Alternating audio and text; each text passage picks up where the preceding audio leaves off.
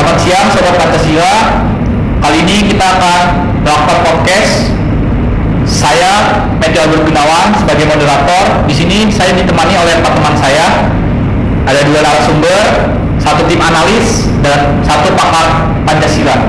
Halo, saya Muhammad Anwar Suara sebagai narasumber dari agama Muslim. Dan saya Nicholas Haligon Siregar sebagai narasumber dari agama Kristen.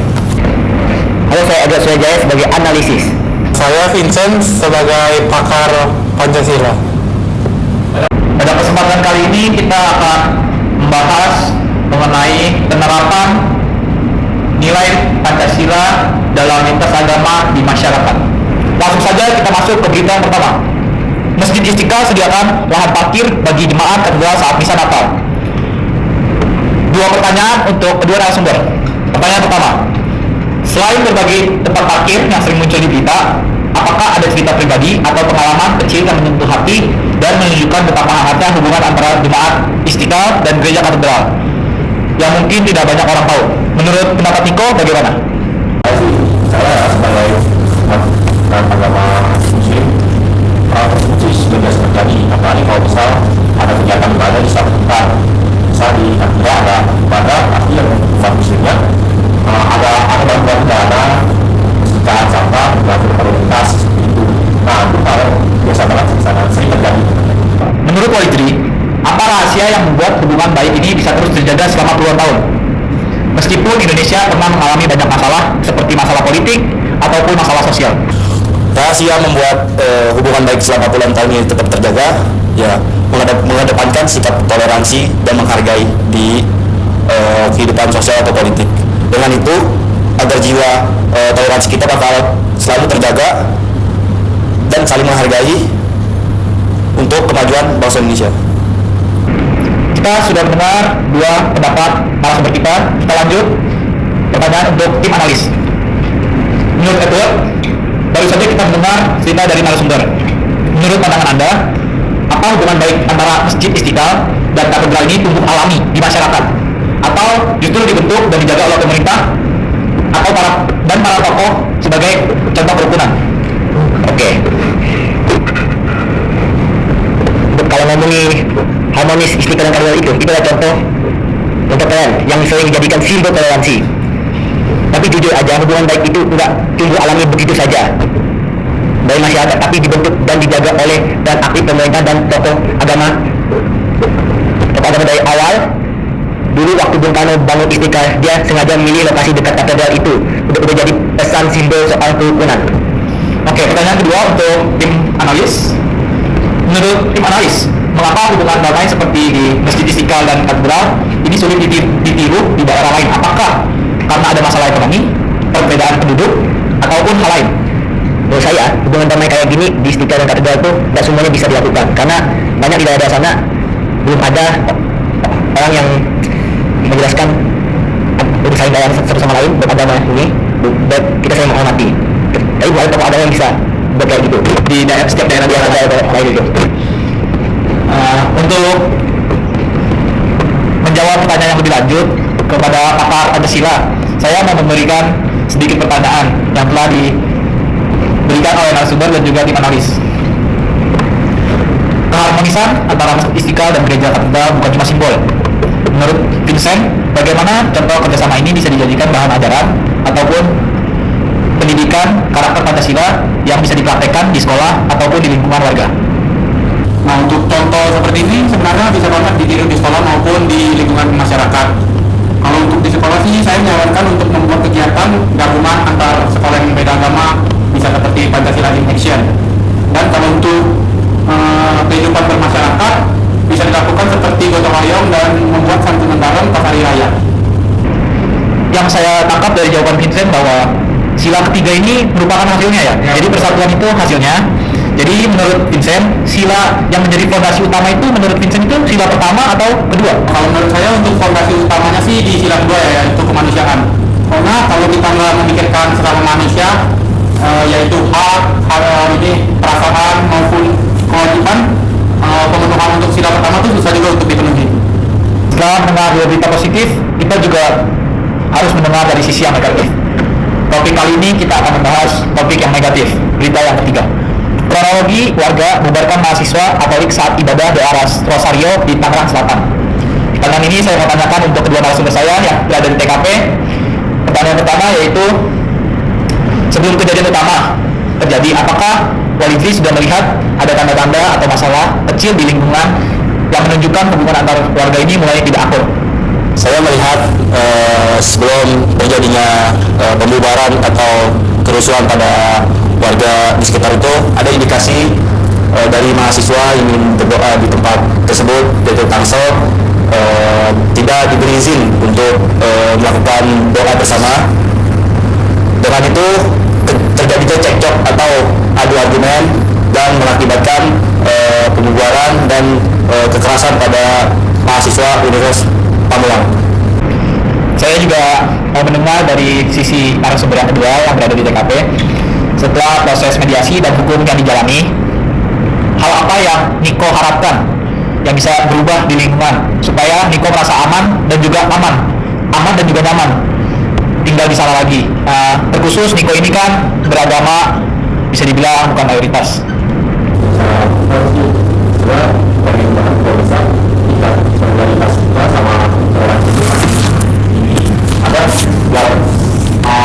Mayoritas seperti kita ini bisa beribadah di rumah dengan nyaman, tenang, biasa, tidak ada seperti hal yang tidak diinginkan seperti ini. Kita sudah mendengar dua kesaksian dari dua narasumber kami yang sangat menyedihkan. Saya mau menanyakan untuk tim analis. Dari cerita narasumber kami terlihat ada masalah di lingkungan tempat tinggal. Menurut tim analis, kenapa antar tetangga saling tidak mendukung dan peran RT/RW tidak berjalan dengan baik di kota besar seperti Tangerang Selatan yang seharusnya lebih terbuka? Terus di pandangan saya ya, tadi itu kurang toleransi dan banyaknya yang tidak mengerti, mungkin mereka merasa itu mengganggu perasaan mereka atau kebisingan atau apa, dan RT/RW-nya kayak tidak melihat kepada mereka dan mereka merasa itu salah gitu. Oke, pertanyaan yang kedua ya, Edward. Yang tadi aku bilang kan kayak seperti RT/RW-nya juga tidak menggubris, tidak melakukan tugasnya dengan baik. Apakah ini murni hanya kesalahan masyarakat atau juga ada masalah agama yang sebenarnya? Menurut saya ini masalah agama sih, kurang toleransi dan kurang mahal satu sama lain ya. Gitu. Dan menurut saya mereka tuh tidak mengertiin satu sama lain untuk saling menghormati. Kita lanjut untuk pertanyaan berikutnya, saya berikan untuk pakar Pancasila. Pada kasus ini, Pancasila belum dijalankan dengan baik di kehidupan sehari-hari. Kalau Vincent diminta untuk membuat langkah cepat berbasis dari Pancasila untuk membantu masyarakat di sana, apa 3 langkah pertama yang akan dilakukan mulai dari perbaikan keadaan dan membangun kembali rasa percaya? Yang pertama sih ajak semua pihak yang terlibat dan tokoh masyarakat untuk berkumpul, tetapi bukan hanya sekedar formalitas. Forum ini digunakan musyawarah untuk berdiskusi, saling mendengar dan saling beropini. Yang kedua, menciptakan suasana yang damai agar para pelaku dan korban tetap bisa hidup berdampingan. Jika mereka sudah memilih damai, langkah ketiga membuat surat persetujuan damai. Saya lanjut pertanyaannya agar kita dapat memetik kesimpulan yang lebih mendalam. Kan sila keempat dalam Pancasila itu berbicara soal musyawarah dan mencari keputusan bersama. Tapi kenapa menurut Vincent prinsip ini sering dilupakan saat terjadi konflik antar warga? Apa tidak salah dari cara kita memahami atau menjalankan musyawarah tersebut? Kalau menurut saya, kenapa musyawarah kurang efektif? Karena saat konflik biasanya kita dikuasai oleh emosi yang menyebabkan kita susah untuk berpikir jernih. Sedangkan musyawarah dibutuhkan kepala yang dingin untuk menghasilkan kesepakatan yang jelas. Jadi untuk sekarang kayaknya kurang efektif sih, soalnya kan rata-rata orang kalau sedang konflik itu dipenuhi oleh emosi. Kita tadi sudah mendengar berita yang sangat memilukan, tetapi juga kita sudah mendengar kesimpulan yang sangat baik oleh pakar-pakar Pancasila, narasumber, dan juga tim analis. Kita lanjut ke topik yang nomor 4. Mengapa hak beribadah, izin pembangunan gereja bukan alasan untuk menghargai kebebasan? Pertanyaan saya khusus untuk yang beragama Kristen. Kepada narasumber, apa yang Anda rasakan saat harus beribadah bertahun-tahun di ruko atau rumah sambil terus merasa was-was karena tahu bahwa sebagian tetangga belum sepenuhnya menerima kehadiran gereja Anda? sejujurnya itu bikin saya sedih-sedih sih. Apalagi setiap saya ibadah, pasti saya sering sekali kepikiran, jadi tidak nyaman juga, takut ada kejadian hal yang tidak diinginkan. Saya ingin beribadah bareng keluarga saya. Selanjutnya saya ingin menanyakan kepada Niko, selain penolakan, pernahkah ada dukungan atau perhatian dari warga Muslim di sekitar yang justru membuat Anda merasa terharu, meskipun mungkin tidak pernah diberitakan di media? Itu ada kok.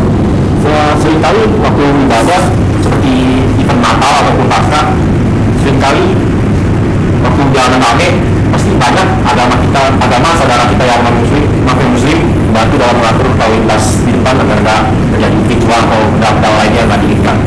Oh, berarti ada maksudnya ada positif, hanya sebagian yang menolak, tetapi ada juga warga lain yang membantu. Selanjutnya saya ingin menanyakan dari tim analis, peraturan SKB 2 Menteri itu sudah sangat jelas yang dibuat untuk membangun rumah ibadah. Kenapa malah sering dipakai sebagai kelompok mayoritas untuk menolak pembangunan gereja? Bagian mana dari aturan ini yang paling sering disalahgunakan?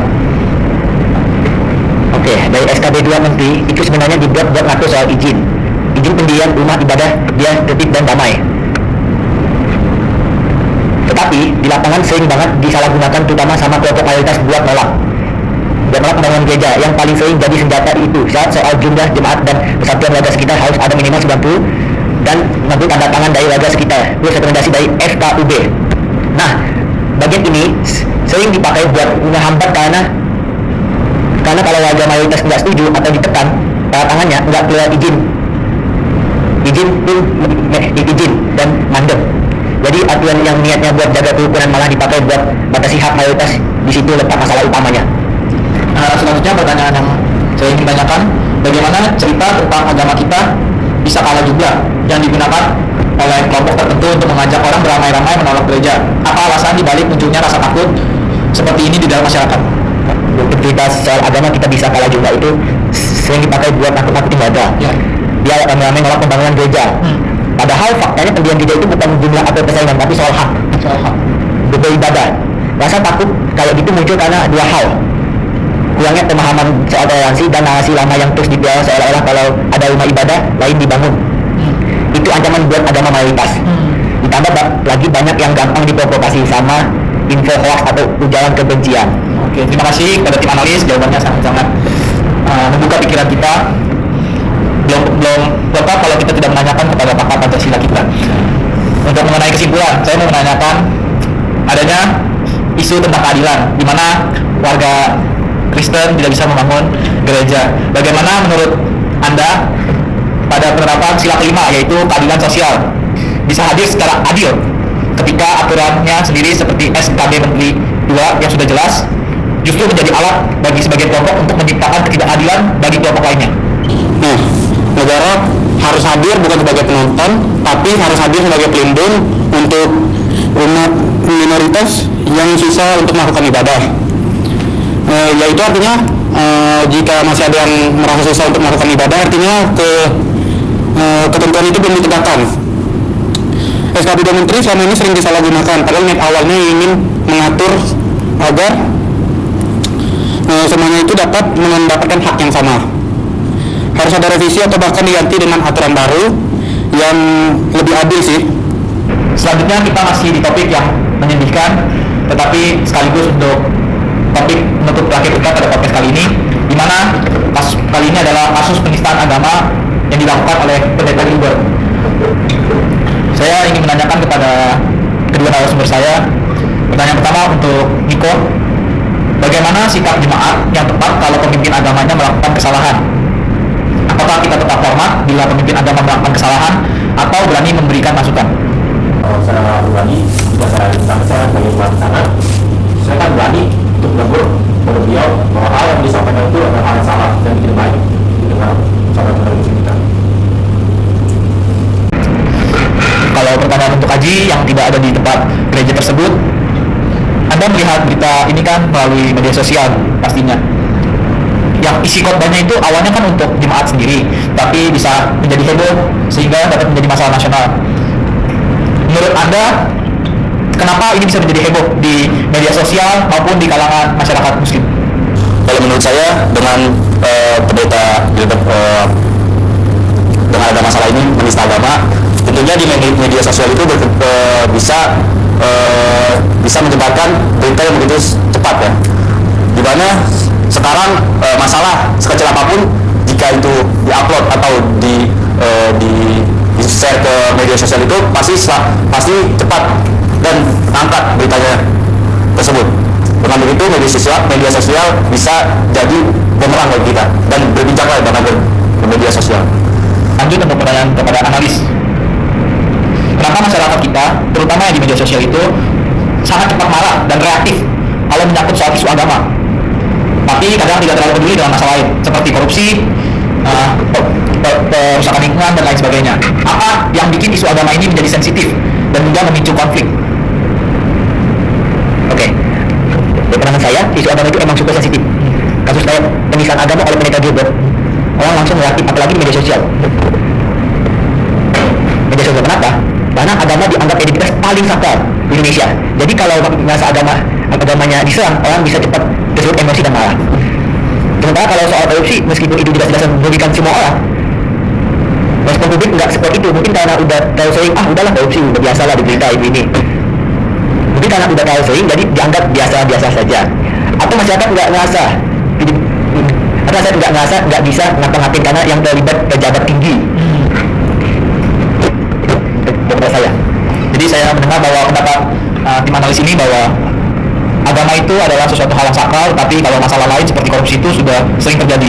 Saya masih menanyakan sedikit kepada tim analis. Dalam kasus ini terlihat jelas dua kelompok yang saling serang dan membela tanpa mau mendengar satu sama lain, sehingga menjadi sulit sekali ada ruang untuk ngobrol dan cari jalan tengah. Gimana menurut pendapat Teguh? Menurut saya, di kasus pendeta Gilbert ini kelihatan banget dua kubu saling serang tanpa mau mendengar satu sama lain. Kenapa? Susah cari jalan tengah karena masing-masing udah merasa paling benar dan bawa emosi, bukan akal sehat. Karena ini masalah agama. Pasti orang-orang merasa, ini itu agama itu benar benar. Karena saling menghina, ditambah lagi di media sosial semuanya serba cepat dan potong cuplikan. Bisa dipotong cuplikan nih, yang penjelasannya apa? Cuplikan video. Gampang dipelintir, bikin orang makin emosi, makin marah. Oke, jadi yang sangat-sangat membuka pikiran ya. Kita tanya lebih lanjut untuk pakar Pancasila. Kasus ini memunculkan benturan antara kebebasan berpendapat yang dijamin oleh Pancasila, khususnya untuk pendeta Gilbert ini, dan tanggung jawab untuk menjaga kesatuan juga bagian dari Pancasila. Menurut Vincent, bagaimana cara Pancasila bisa menyeimbangkan kedua hal tersebut? Pancasila kasih kita ruang buat kita bicara, namun bukan berarti kita bisa berbicara tanpa batas. Kebebasan itu harus dibarengi tanggung jawab, dan kita boleh kritik tapi nggak boleh nyakitin perasaan orang lain ataupun agama orang tersebut, keyakinan orang tersebut. Jadi kalau pendapat udah mulai merusak harmonitas atau menyinggung keyakinan lain, berarti udah keluar dari nilai Pancasila, terutama sila kedua, 3, dan 4. Jadi yang saya dapat simpulkan bahwa setiap orang itu memiliki kebebasan berpendapat, tetapi semua itu ada batasannya. Saya lanjut pertanyaan untuk Vincent.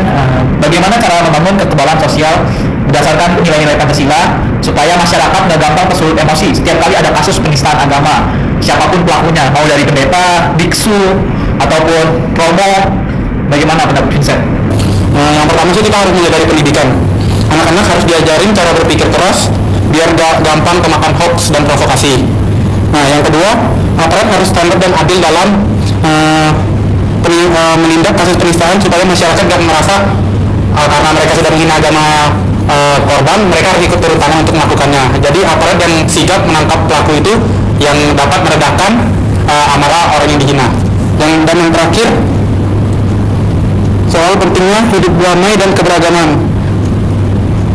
Penting juga forum atas atau tempat dialog lintas agama yang aktif, biar kalau ada masalah bisa langsung diselesaikan dengan cara berdiskusi lah, agar tidak terjadi kesalahpahaman lagi. Dan yang untuk forum untuk berdiskusi kan sudah sering terjadi untuk sekarang.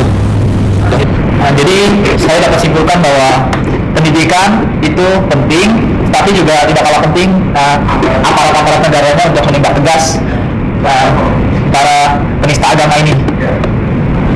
Podcast kali ini sudah selesai sampai sini. Saya harap Sobat Pancasila yang menonton podcast kami mendapatkan pencerahan dan juga dapat menjadi lebih mengerti lagi mengenai penerapan nilai Pancasila dalam lintas agama di masyarakat. Saya Meja Bergunawan dan juga teman-teman di sini meminta maaf jika ada salah-salah kata dalam ucapan kami yang tidak berkenan di hati Sobat Pancasila. Sekian dari podcast kami. Terima kasih.